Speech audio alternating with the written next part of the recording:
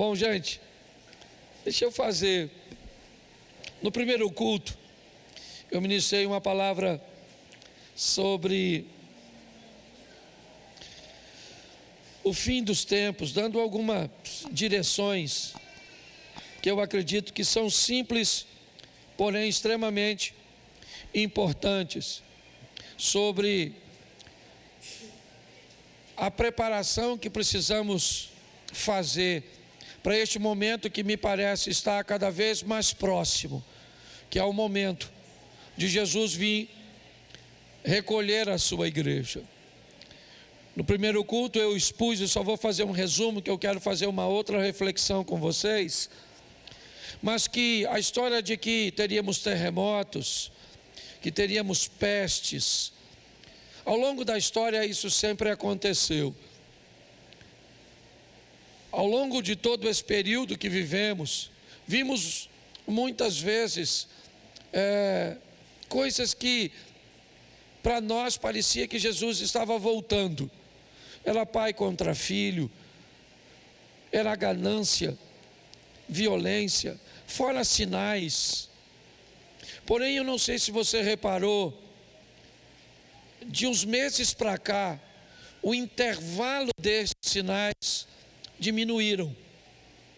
Eles sempre aconteceram, mas os intervalos dos fatos, me parece que eles diminuíram, o que pode estar indicando, sinalizando o momento em que Cristo vai retornar para buscar sua igreja.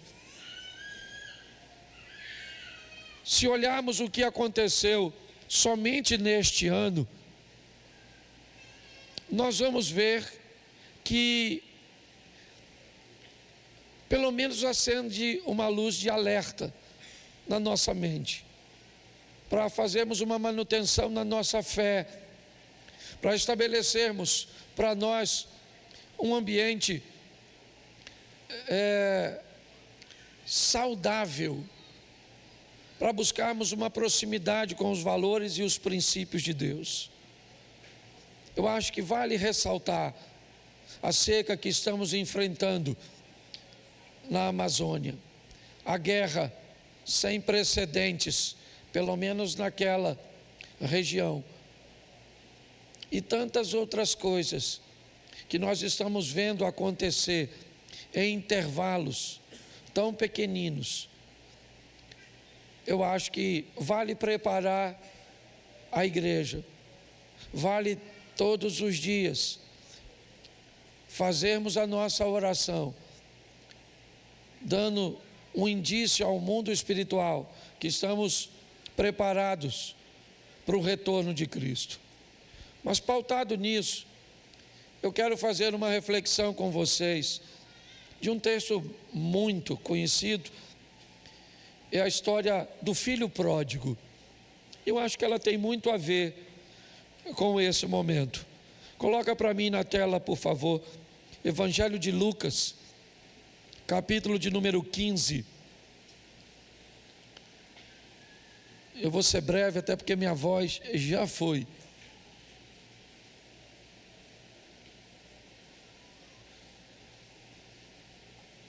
Lucas, capítulo 15, verso 11. Preste atenção, que é uma história narrada por Jesus. Ela é uma parábola, o que provavelmente indica que é uma história fictícia, criada por ele, para trazer uma mensagem. Então é muito importante que você entenda que mensagem Jesus está querendo trazer quando conta essa parábola. Então Jesus continua, ele já contou duas parábolas. Ele já contou a parábola da ovelha perdida, ele já contou a parábola da dracma perdida. No Evangelho de Lucas, no capítulo 15, nós temos a história daqueles que se perdem. Mas todas as histórias anteriores a esta, ela teve aquele que se perdeu recuperado. Aquele que perdeu a ovelha conseguiu recuperar a ovelha e se alegrou. A mulher que perdeu a moeda, a dracma, ela também varre a casa, acha a dracma, chama suas amigas e comemora. Me parece que o que Jesus está querendo dizer é que não há necessidade que ninguém se perca, pelo menos para sempre. A ovelha esteve perdida durante um tempo, e ela sabia que estava perdida, porque a ovelha tem senso de direção. Ovelha se acostuma com a voz do pastor. Ovelha, ela compartilha a presença com o rebanho. Quando ela nota que não há ninguém, não há pastor, não há outra ovelha, não há proteção, ela se sente só. É a primeira história. A segunda história não é ovelha, é uma dracma, uma moeda. Uma moeda se perde e ela não tem senso de direção. Ela não sabe que está perdida. Me parece que a história está falando de que pessoas se sentirão perdidas e outras não. Algumas pessoas saberão que estão no caminho errado e outras não. As duas histórias que precedem a essa, na verdade, é um preparo, é um pano de fundo para a história que Jesus começa a contar a partir do verso 11. Por isso que o texto diz: e continuou. Então o que Jesus vai falar agora? Ele vai falar que certo homem tinha 2 filhos. Talvez um seja semelhante à ovelha, outro semelhante à dracma. Tá certo? Então ele prossegue, verso 12: o mais moço deles disse ao pai. Preste atenção que Jesus vai separar a história dos dois.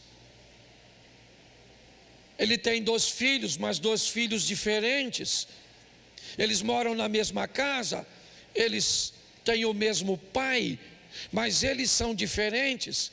Então Jesus, me parece que quer falar da imaturidade do mais novo. O mais novo dos filhos, ele procura seu pai. O que ele vai fazer?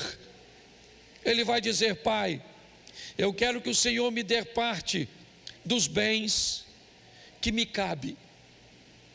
Esse jovem, ele está querendo a propriedade que lhe cabe. Ele conhece seus direitos. Apesar de ele não ter construído basicamente nada, ele tem ciência de que seu pai é um excelente gestor. Ele sabe todas as coisas que o pai tem. Então ele não vai usurpar o pai. Ele vai simplesmente pedir ao pai que dê a ele os recursos que ele tem direito. Porém, todas as vezes que os recursos chegam antes da administração, eles costumam trazer sérios problemas. Todas as vezes que, em meio à imaturidade, nós oferecemos muita coisa para alguém, ao invés de ajudar essa pessoa, normalmente nós costumamos atrapalhar. Esse jovem, ele está querendo os bens? Não. Tem alguma coisa que ele quer, que ele não ainda, ou ele ainda não revelou, mas ele chama o pai e disse: me dê a parte dos bens que me cabe. Ele quer apenas o que é direito dele. Você pode até dizer: mas pastor, ele não tinha nada, porque o pai estava vivo ainda. Então o pai que definisse. Jesus não questionou isso. Ele procura e diz: me dá parte dos bens que me cabe. É um moço, um jovem que quer isso. Mas preste atenção, porque o verso 12 diz algo que às vezes passa despercebido para algumas pessoas. Vamos lá? E o pai repartiu os bens entre... Preste atenção. Eu não sei se você repara, mas o filho mais velho acaba de receber a parte dos seus bens por causa da iniciativa do mais novo. O texto não diz que o pai dá ao mais novo a parte dele e que retém a do mais velho. O texto diz que o pai reparte entre os dois. Os dois agora têm direito aos seus bens e vão gerenciar esses bens totalmente diferente. Os dois estão ricos. São os dois. O pai dessa história, na verdade, é Deus. ele tem 2 filhos e vai mapear o comportamento desses 2. O mais moço na imaturidade, certo? Ele vai desejar obter. Você olha, o temperamento dele é diferente. Ele é aquele que vai em cima do pai, ele diz para o pai: é meu e eu quero. O mais velho não. Ele recebe por causa da iniciativa do mais novo. Mas tem algo interessante no verso 13. Passado não muitos dias, o filho mais moço revela o que ele quer. O filho mais moço não queria dinheiro, ele não queria seus bens. O que ele queria é ver o que estava acontecendo lá fora.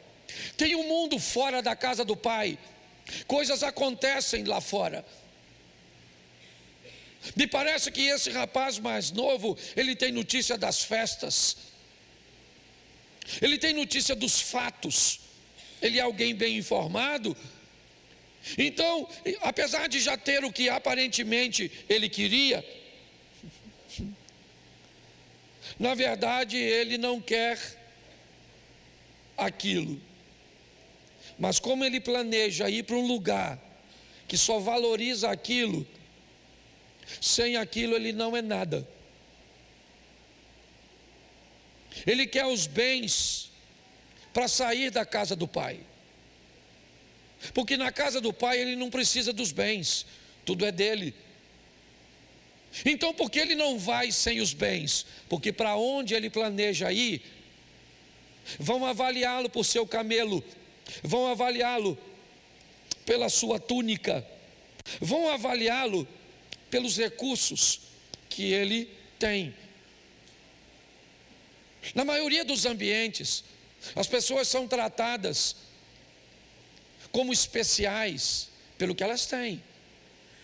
Que carro você anda? Qual é a marca que você veste? Posso olhar seu relógio? Porque preste atenção, quando o ambiente que você está inserido te trata como especial pelo que você tem, significa que você não é especial. Especial é o que você tem. Basta que você não tenha mais, que não há nada de especial em você.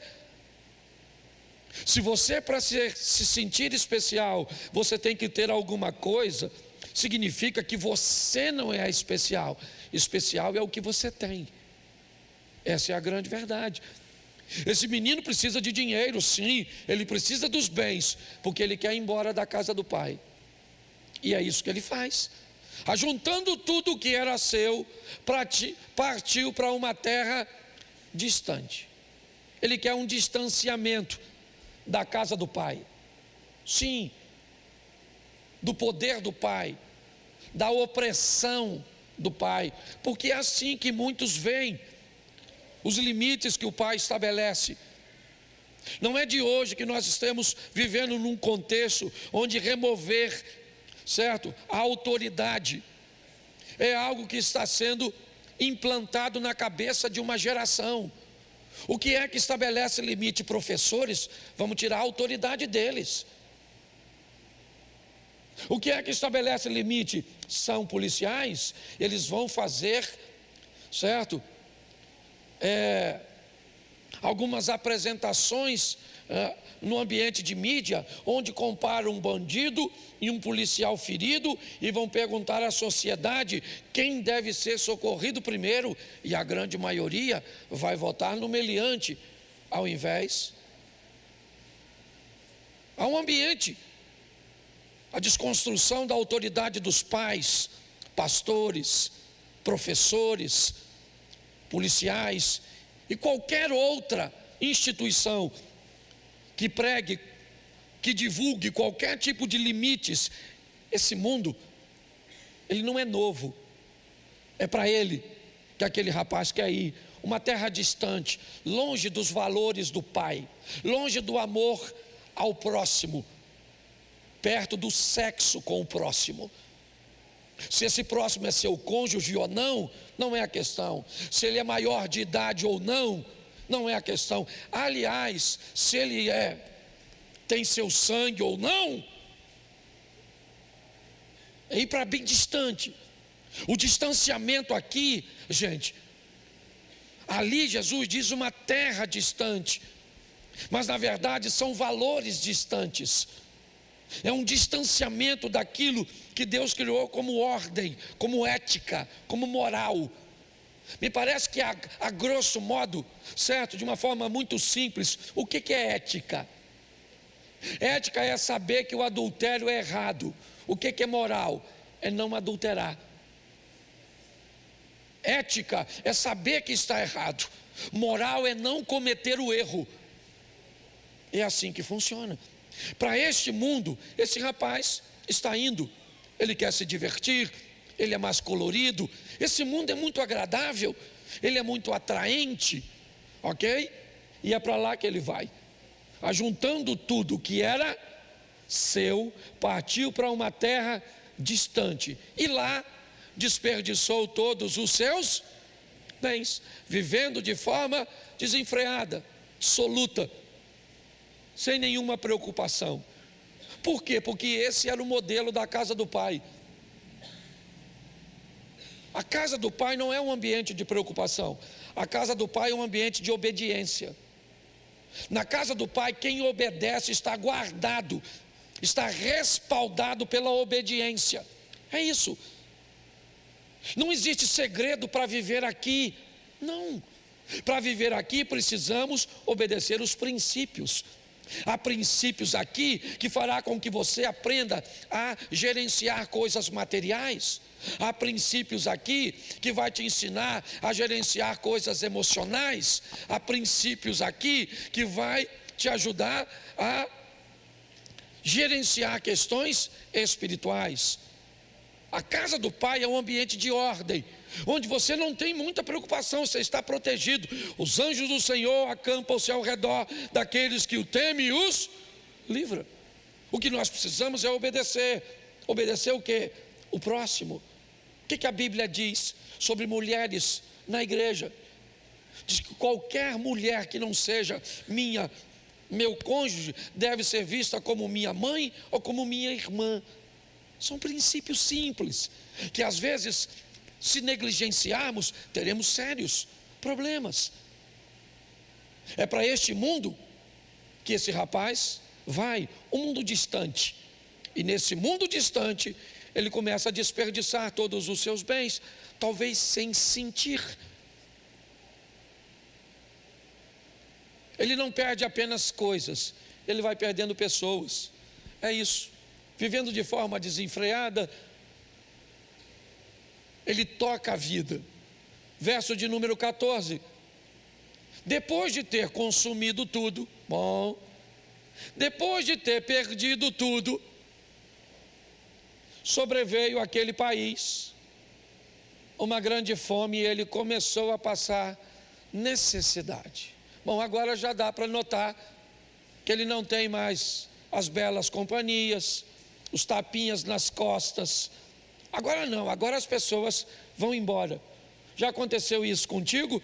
De ver pessoas atravessarem a rua para não encontrar com você? Quando o momento desafiador chega? Porque é assim que funciona.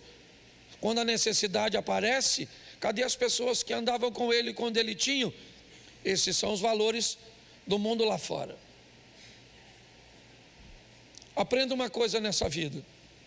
Mais de 90% das pessoas que vão cruzar seu caminho ao longo de sua vida não gostam de você.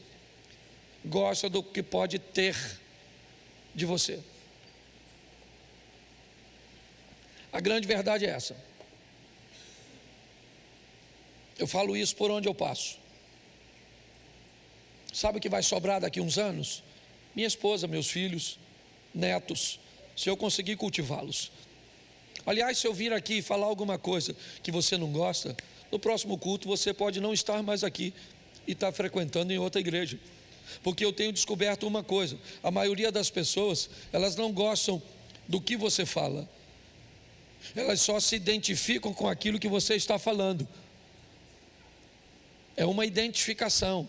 É como se eu também falaria isso. Então, se você falaria isso, você continua perto de mim, porque eu disse exatamente o que você gostou. Mas se eu começo a criar um problema para você, automaticamente, muitos, ao invés de mudar de postura, vão mudar de ambiente. Nesse ambiente, não tem vitória. O texto diz, ele começa a passar necessidade. E ele está, dá uma olhadinha, porque Jesus vai piorar a situação do jovem. Verso 15. Então ele foi pedir trabalho a um dos cidadãos daquela terra, e este mandou para os seus campos, a fim de cuidar de... É uma humilhação o que Jesus está fazendo. Jesus está contando uma história para judeus. Eles não criam porcos, eles não comem porcos. Aliás, eles não se relacionam com quem faz isso. O que Jesus está dizendo é que o filho mais novo tomou decisões tão ruins, que o que sobrou para ele foi um indivíduo que deu para ele o emprego mais humilhante, a condição mais degradante. Por quê? Porque o filho está perdido. Ele está perdido. Lembra, ele é a ovelha de Lucas 15. Ele está perdido, ele está sozinho. E nesse ambiente, na terra distante, cuidando de porcos, olha o que Jesus diz que vai acontecer. Ali ele desejava alimentar-se das alfarrobas que os porcos, mas ninguém lhe dava. Preste atenção, agora Jesus humilhou o cara. Se o porco não era algo importante para um judeu, Jesus está dizendo que o porco comia e ele ficava com fome. O que significa que o porco, na história, é mais importante do que ele. Quem é esse cara? Ele é o jovem. Ele é o moço, filho de Deus, viu, gente? O pai dele é Deus. Mas por que o pai dele deixou acontecer tudo isso com ele? Não deixou nada. Não deixou. Você quer saber por que Deus deixou você casar com esse homem? Você quer saber por que Deus deixou você casar com essa mulher? São essas suas perguntas de verdade? Você quer saber onde Deus estava quando você se casou? Você quer saber onde Deus estava quando você entrou nessa sociedade? É isso? Eu vou falar para você, Ele estava onde sempre esteve, no controle de todas as coisas e te sinalizando, porque a maioria de nós entramos num buraco que sabíamos que estávamos entrando. Talvez por haver muitos recursos na época, nós não conseguíamos ver, certo? É simples, eu moro aqui, Xerém, sempre morei. Esse rio que passa na vila, ali, nós tomávamos banho lá perto da represa. Tínhamos uns 4 ou 5 meninos, e nós tínhamos algumas máximas muito importantes para tomar banho de rio. Primeiro, se o poço era novo, nenhum dos meninos mergulhava assim que chegava. Havia sempre um reconhecimento, principalmente se a água tivesse turva. Não interessa se o poço era novo ou não, todas as vezes posterior a uma tempestade, nenhum dos meninos mergulhava também. Sempre aprendemos que todas as vezes que chovia muito, o volume da água escondia pedras que sempre estiveram lá, mas que naquele momento não eram vistas. Pastor, o que o senhor está querendo dizer? O que o senhor está querendo dizer? Eu estou querendo dizer que dependendo do que esteja na sua mente, dependendo do seu nível de desejo naquele momento, de emoção naquele momento, ele pode encobrir coisas que sempre estiveram ali, mas você não teve o cuidado, ao invés de mergulhar, de entrar na água com um pouco mais de cuidado, buscar, mesmo que não estivesse vendo, buscar uma maneira de tatear para ver se não havia um obstáculo, uma pedra que se você mergulhasse de cabeça, poderia quebrar seu pescoço. Mergulhe de cabeça na igreja, sem conhecer pessoas, e já já você está desviado. Mergulhe de cabeça em amizades e confie em pessoas sem observar, e já já você não quer mais amigos. Faça sem ter o cuidado para você ver. Muitas pessoas casam errado por quê? Porque é paixão, é desejo. O que é isso? Isso é volume. Todas as vezes que os recursos são muitos, ele sobrepõe os defeitos, as crises. É mais ou menos assim.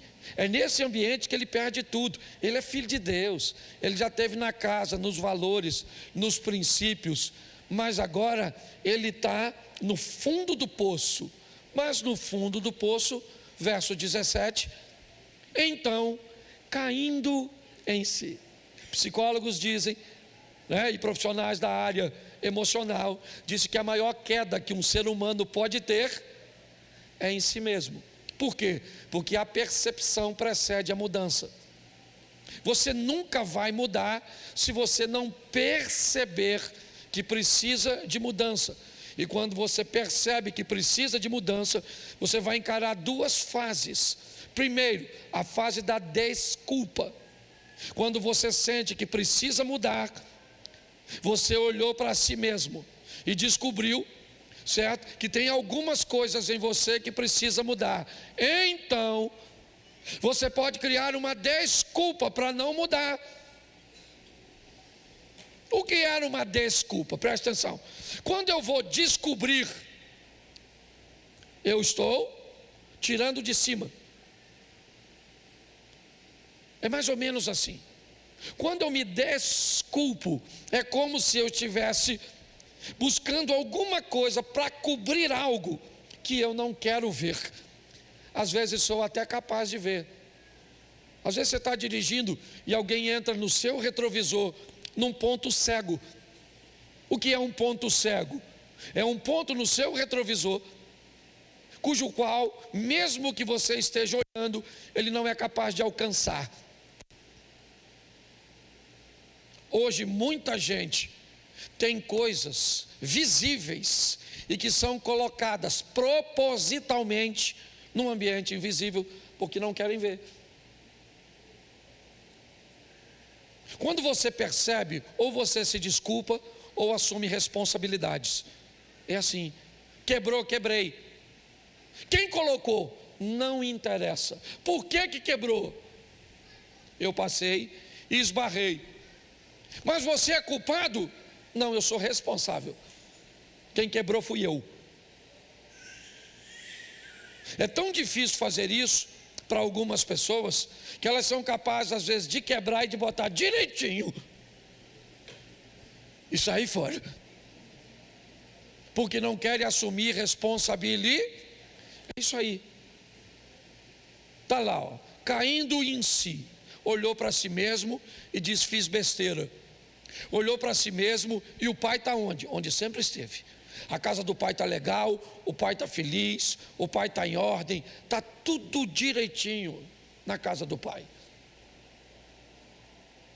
Eu preciso que você entenda isso.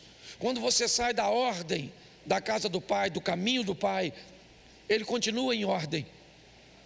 Você que se desvia. Ele agora cai em si e começa a olhar para si mesmo. E ele diz: quantos trabalhadores de meu pai têm pão com fartura, eu aqui estou morrendo de fome. Ele percebeu que fez alguma coisa errada. É uma excelente oportunidade para Satanás trazer agora uma depressão, agora um sentimento de culpa tão grande que, como Judas, vai tirar a vida, como Saul. Pare e pense. Nesse ambiente agora, ele começa a olhar para a casa do pai e ele diz: quantos trabalhadores na casa do meu pai tem pão com fartura, e eu aqui, lá na casa do meu pai, certo? Está tudo em ordem, mas eu aqui estou morrendo de... Verso 18, vou me arrumar, voltar para o meu, e lhe dizer o quê? Pai, pequei contra e diante do, verso 19, já não sou digno de ser chamado teu, trate-me como um dos teus trabalhadores. E caiu em si, resolveu reposicionar, a história está garantida, ovelha resgatada, dracma resgatada, o filho também vai ser resgatado, sim ou não? Ele simplesmente se perdeu, foi um ambiente temporário, uma falta de lucidez. Então ele agora vai para o pai dizer que ele cometeu erros. E quando ele vai para o pai, verso 20, e arrumando-se, foi para o seu, e vinha ainda, ele estava distante, mas o texto sugere que tinha alguém que estava olhando para o distante, aguardando alguém vir. Quem era esse? O pai. O pai está distante, esperando, meu filho vai voltar. Mas se ele voltar sem grana, não tem problema para mim. Se ele voltar ferido, não tem problema. E se ela voltar grávida, não tem problema para mim. Se ele voltar falido, e se ele voltar doente, não tem problema. O pai não tem problema. O pai está olhando, aguardando pessoas voltarem. E é isso. Quando o pai o avistou, ele é o pai, entende muito.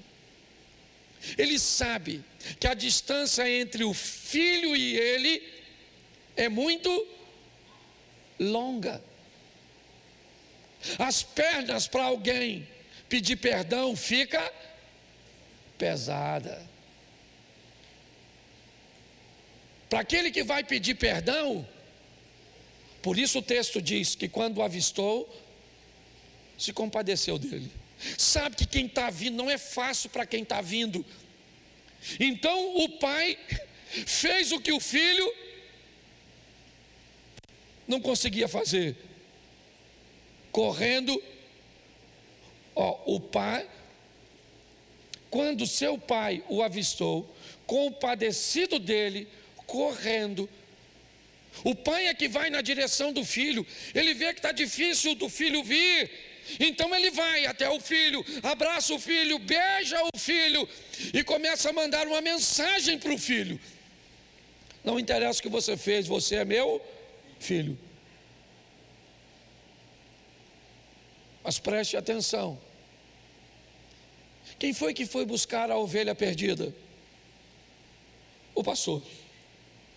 Quem foi que foi procurar a dracma perdida? A mulher. Quem foi que foi procurar o filho perdido? O pai? Não. O filho é que descobriu que precisava voltar. É o filho. O filho que descobriu que precisava voltar. É o filho que decide voltar. Preste atenção, eu não estou falando aqui daqueles que se convertem pela primeira vez. É um retorno. Os dois já eram filhos, moravam na casa do pai. O filho olhou e disse: na casa do meu pai tem pão com fartura, eu aqui morro de fome, levantar-me-ei, irei ter com meu pai, lhe direi: pai, pequei contra o céu e diante de ti, já não sou digno de ser chamado teu filho. Aí ele levanta-se, vai até o seu pai. O seu pai então, vendo de longe, corre, compadece dele, correndo, o abraçou e o beijou, e já foi logo dizendo: vamos lá. E o filho, assim que ele chega, o filho disse: pai, pequei contra Deus e diante do, já não sou digno de ser chamado seu, isso, sou digno de ser chamado seu filho.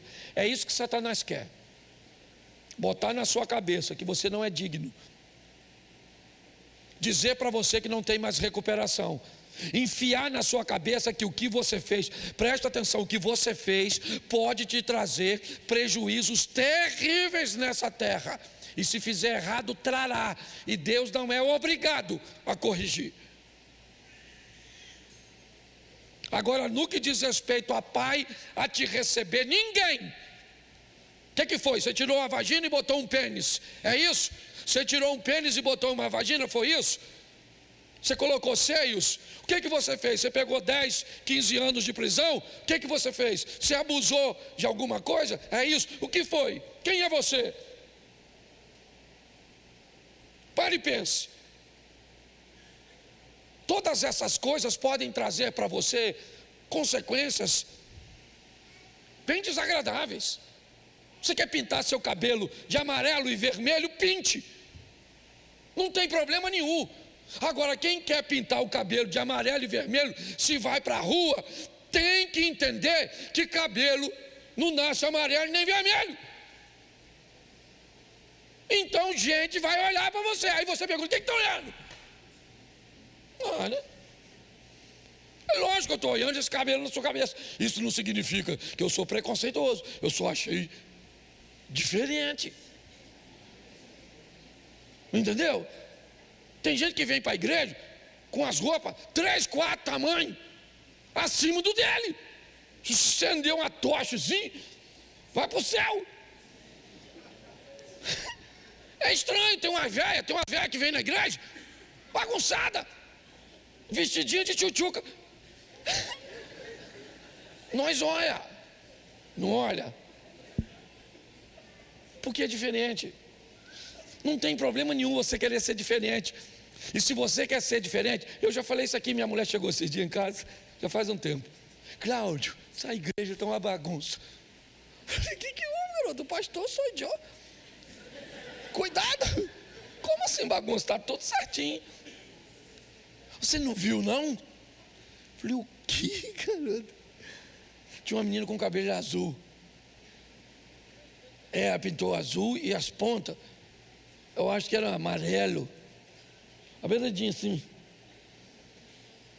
Eu achei o maior barato. Olhei, porque destaca, nós estamos aqui, né? Falei: Jesus, olha ali. Aí ela falou: menina, você não vê um menino com cabelo azul, com as pontas amarelas? Falei: vi. Você não fala nada não, Cláudio? Eu falei: o quê? Mas o que você acha? Eu falei: eu não sei, querida. Seu cabelo é louro? Seu cabelo é amarelo? Louro? Eu quero saber se seu cabelo é louro. Você não tem cabelo preto? Então você pintou de louro, o menino pintou de azul, o outro de amarelo, o outro de vermelho, o outro, cada um pinta do jeito que quer. Aí ele vai dormir, vai perturbar outro, acabou o culto. Satanás querendo usar os de casa. Então eu não sei o que você fez. Deixa eu falar uma coisa para você. Aqui ninguém, deixa eu falar uma coisa para você. Ninguém pode te acusar de nada. Tem gente que fez umas coisas muito piores que você. E se Deus começar a revelar, acabou o culto. Tem gente que parou até de olhar para mim. Não pode olhar que eu não tenho esse dom de revelar, senão eu até sei do que você faz, mas é fofoca, não é revelação. Falo mesmo. Não guardo dinheiro, vou guardar segredo. Tá certo? Então ele vai falar com o pai. O pai facilita tudo. Ele diz para o pai: pequei contra o céu e pequei contra Deus e diante do. É que essa tradução é outra. Já não sou digno de ser chamado seu. Fala assim: eu sou filho. É isso aí. Não interessa o que você fez. Para com essa palhaçada de eu não me sinto digno. Então vai para o inferno. Poxa, não sei o que você fez. Eu sei que você é filho de. E pronto, se as pessoas acham, se concorda, se não concorda, se entende o modelo, se não entende, e isso é entre você e seu pai. Ele foi lá e falou. O que o pai falou no verso 22? O pai, porém, disse aos servos: tragam depressa melhor e vistam nele. Põe um anel no dele e sandália nos. Olha o verso 23. Tragam e matem o bezerro gordo. Vamos comer e festejar. Por quê? Porque este meu filho estava e reviveu, estava perdido e foi. E aí, meu filho, começou uma festança. Só um rastapé, fazendo uma festança nada, sim ou não? O filho perdido foi achado. Mas aí o filho, aí a história troca de filho, tem outro filho. Pensa num troço difícil, é filho. Ora, o filho mais velho, ele saiu da casa? Sim ou não? Ele continuou em casa? Ele estava perto do pai, mas longe dos valores do pai. Está assim de gente. O filho mais velho que estava no campo, provavelmente trabalhando, trabalhador. Quando voltava, ao aproximar-se da casa, ouviu o quê? A música e uma festança.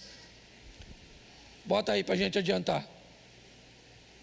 Chamou um dos empregados e perguntou o que era, e o empregado rasgou. O empregadinho fofoqueiro. Seu irmão voltou. Por tê-lo recuperado com saúde, o pai mandou matar um bezerro gordo. Tem uma festa, o crente. Tem uma festa aí, ó. Seu irmão voltou, ó. Durinho que nem um coco, descalço. Seu pai mandou fazer uma festinha.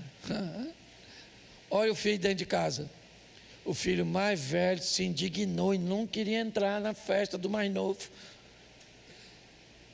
Falou, não vou entrar não. Certo? Não gostei dessa festa. Bom, a história dele também não é muito boa. O filho mais novo, ele é impulsivo, ele é imaturo. O filho mais velho é inflexível, ele é religioso, ele é duro. Ele olha para o irmão, certo? Ou para a situação que o irmão está vivendo lá dentro. E o irmão foi alguém que aproveitou a vida de forma errada, sim, aprendeu com seus erros, mas voltou para a casa do pai. Mas o mais velho, ele diz, eu não entro. Então o pai saiu. O pai saiu para buscar o primeiro. Se compadeceu dele, correndo, o beijou. Mas esse não precisa de beijo. O modelo com esse é diferente. Então, saindo o pai, procurava convencê-lo a entrar. Olha só. O pai começa a ir lá fora e tentar convencer o filho mais velho a entender a imaturidade do mais novo. Ele está de volta. Verso 29. Mas ele respondeu ao seu pai, faz tantos anos que eu sirvo e nunca transgredi um mandamento seu, mas o Senhor nunca me deu um cabrito sequer para fazer uma festa com os meus? Lembra do verso 11? E o pai repartiu entre eles. No verso 11, o filho mais velho recebe também seus direitos. O mais novo joga tudo fora, e o mais velho nunca utilizou. Nunca. Aprisionado num ambiente, ele nunca utilizou. O pai vai falar isso com ele. Ele diz, olha, eu estou aqui, esse teu filho foi embora, gastou tudo, o senhor pega um bezerro gordo e dá para ele, mas o senhor nunca me deu nada. Porque tem gente que vive nessa terra como se nunca fosse morrer, como o filho mais novo. Ou então vive nessa terra ou morre nessa terra como se nunca tivesse vivido. Tem gente que leva a vida como se nunca fosse morrer. ele não pensa em nada, é um inconsequente. Já tem outros que morrem como se nunca tivesse vivido. Não deixou um filho, não deixou um legado, não deixou uma história, não deixou nada. E a história dos dois: nunca me deu um cabrito sequer para fazer uma festa com os meus amigos. Aí o pai: vamos lá. Mas quando veio esse seu, ele nem chama de irmão. Seu ódio é tão grande pelo garoto, que teve coragem de fazer o que ele nunca fez, de ir onde ele nunca foi, de sofrer o que ele nunca sofreu. É assim, a vida é desse jeito. Tem gente que vai quebrar a cara, mas viveu, sofreu, aprendeu, casou, divorciou, faliu. É assim que funciona, mas aprendeu. Tem outros que nunca teve a coragem de viver. Beleza, desde que você entenda seu modelo. Ele disse: veio esse seu filho que sumiu com os bens do Senhor, gastando tudo com prostitutas, e o Senhor mandou matar o bezerro gordo para ele. O que o filho está dizendo é uma injustiça, o Senhor premiá-lo e eu nunca ganhei nada. Ah, é? É isso, é o que ele está dizendo. Ele foi lá, viveu tudo isso e eu nunca vivi nada. Verso 31. Então o pai lhe respondeu: meu filho, você está sempre comigo e tudo que eu tenho é, e se você não usou, o problema é de quem? Seu. Para chegar com o evangelho aqui, nós chegamos por homens valiosíssimos.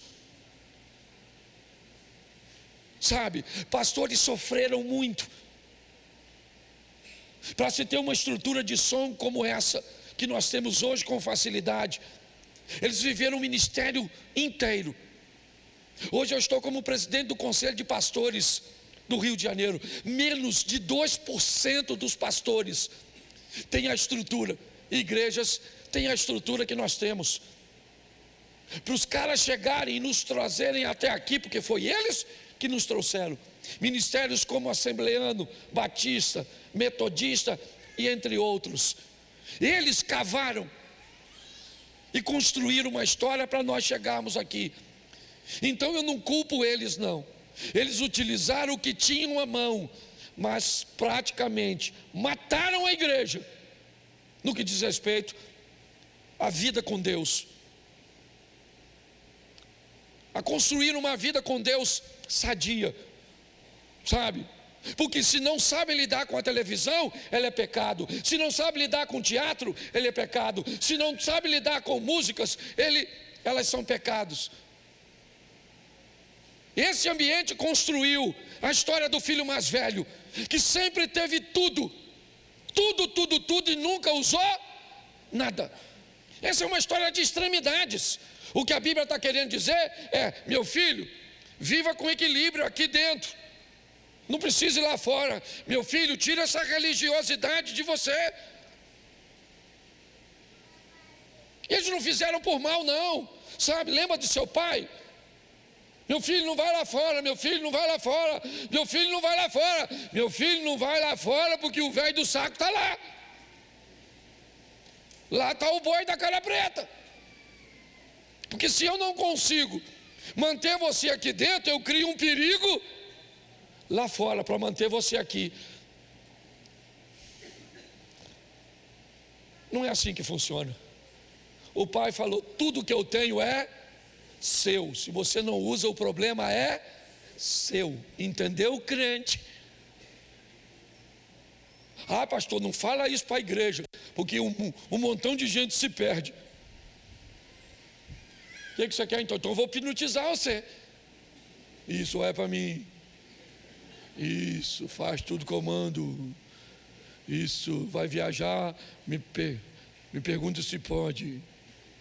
Vai comprar, me pede autorização. Vai casar aqui, ó. Eu tenho minha vida para tocar. Meu papel é instruir aqui. Vamos acabar aqui, já está em cima da hora. Bota aí, irmão. Mas era preciso festejar aí, porque este teu irmão estava perdido e foi. Bota aí, mais um. Ou termina aqui? Termina nesse? Isso, presta atenção. Mas era preciso festejar e alegrar-se, porque o seu. Bom, o outro disse o quê? Esse teu? Aí o pai devolveu. Era preciso alegrar-se, porque este, seu irmão, menino. Lembra da mãe quando você brigava com o irmão? Que botava, abraça. Abraça! Vai fazer as pazes agora. Eu uma vez amarrei meus 2 filhos. Brigava tanto que eu falei, você quer ver? O meu acorda, falei, abraça o outro.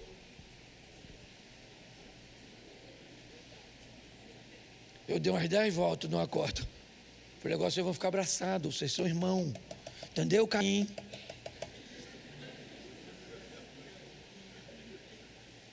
Nunca mais brigaram. Deu uma agonia nele, menino. Quase que o menino passou mal, até eu desenrolar tudo. Quase que tive que levar ele para o médico. Então deixa eu falar uma coisa para você. Se você não sabe usar a liberdade que Deus te deu, isso não é problema meu. Entendeu? Estou cansado de falar isso. Eu entro na internet e o cara diz assim: homem casado não pode ter amiga mulher.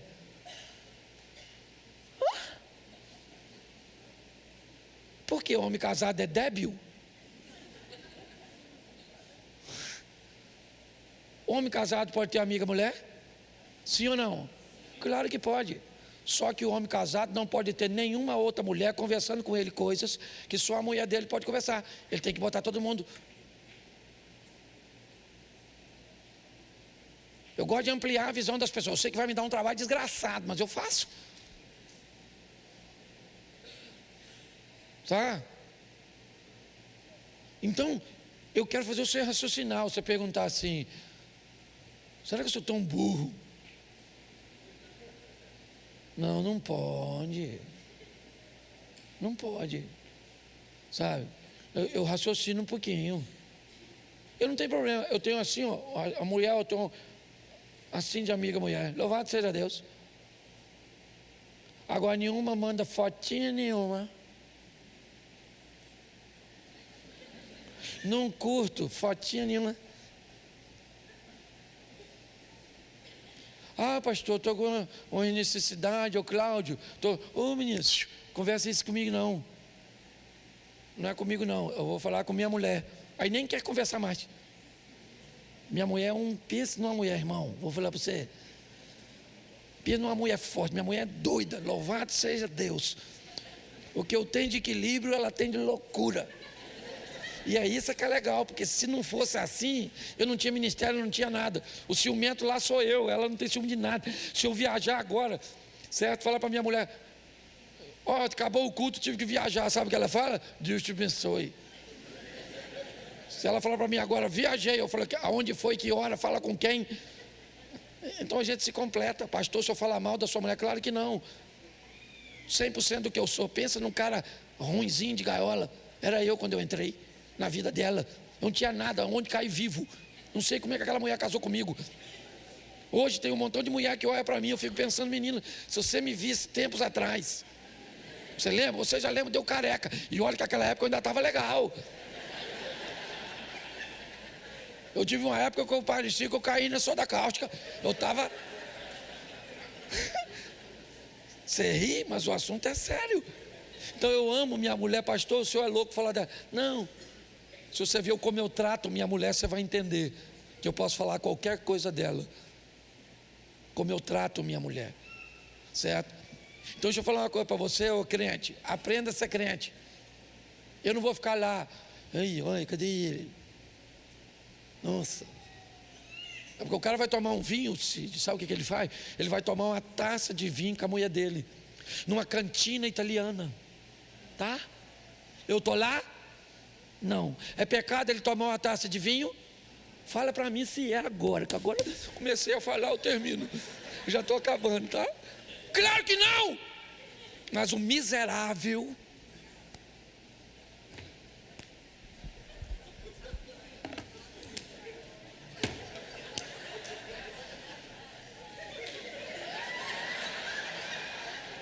e posta aí o pastor que não bebeu, não estava na cantina e nem fez amor naquela noite, o que ele fez? O miserável. Aí vem assim de crente, olha lá, pastor, viu só aqui. Aí eu falo, Senhor, dá ele de presente para o Satanás.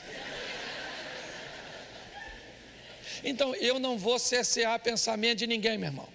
Aprenda a ser marido, aprenda a ser mulher, aprenda a ser filho, aprenda a respeitar as pessoas, aprenda a viver com Deus.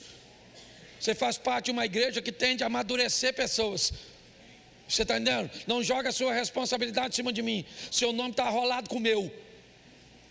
Todas as vezes que você faz uma sem vergonha, aí vem. Você diz, pastor, nossa, e eu conheço todo mundo, que eu sou nascido e criado aqui. Pastor, a irmãzinha lá da igreja saiu, montou numa moto assim, pastor. Foi lá para o escuro. O que o senhor acha que eu fui fazer? Eu falei, foi orar. Nossa, uma irmã de oração. Então não me culpe pelo comportamento dos outros. Aqui a gente prega a verdade. Não bota medo em ninguém não. O que eu posso te avisar é uma coisa. Com esse comportamento, quem fizer, não vai para lá. Aí é fogo, enxofre. Pastor, tem isso? Eu falo, a Bíblia diz que tem, não fui lá para ver, mas fica à vontade. Então fica de pé. Eu sei que está visitando, tá bom? Perdão, que hoje eu não tomei meu remédio.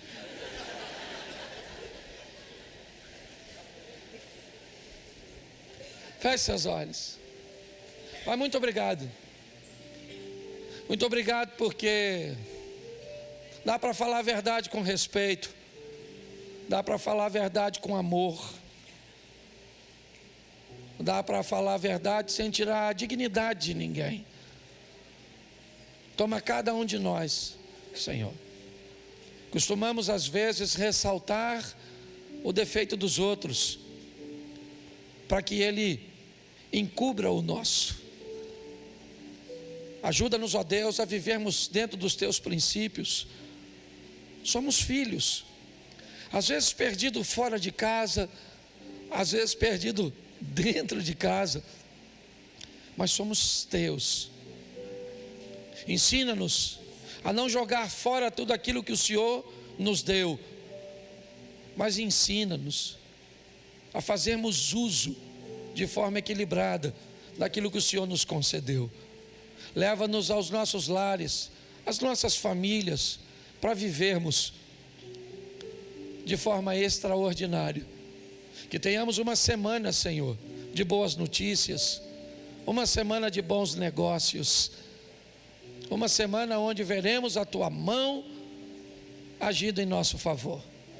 Que o grande amor de Deus, nosso Pai, a graça de nosso Senhor e Salvador Jesus Cristo e as doces consolações do Santo Espírito de Deus seja para com todo o povo do Senhor, e todos digam